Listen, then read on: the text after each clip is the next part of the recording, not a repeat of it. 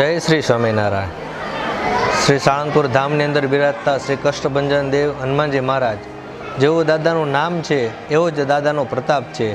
અહીં આવનાર તમામ પ્રકારના વ્યક્તિઓ ગરીબ હોય કે અમીર હોય પણ દાદાના શરણે આવનાર હરિભગત હોય એટલે દાદા બધાના કષ્ટ નિવારણ કરે છે।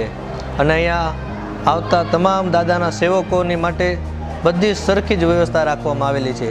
એની અંદર ધર્મશાળા હોય કે પછી અહીંયા ચાલતું દાદાનું ભોજનાલય, અન્નક્ષેત્ર હોય, કોઈ પણ પંક્તિ ભેદ વગર, ભેદભાવ વગર અહીંયા તમામ પધારતા સેવકો એ દાદાના દીકરાઓ છે એવી ભાવનાથી જ અહીંયા અમે આગતા સાગતા સન્માન કરીએ છીએ અને દાદાના ચરણોમાં પ્રાર્થના કરીએ છીએ। અને અહીંયા હજારો હરિભક્તો ગમે ત્યારે આવે ત્યારે આ સદાવ્રતની અંદર, અન્નક્ષેત્રની અંદર મહાપ્રસાદ લઈ શકે છે। અને અહીંયા વિવિધ અવસરો ઉપર યજ્ઞ, હનુમાન જયંતિ, કાળી ચૌદસના દિવસે મોટા વિવિધ પ્રસંગો થતા હોય છે।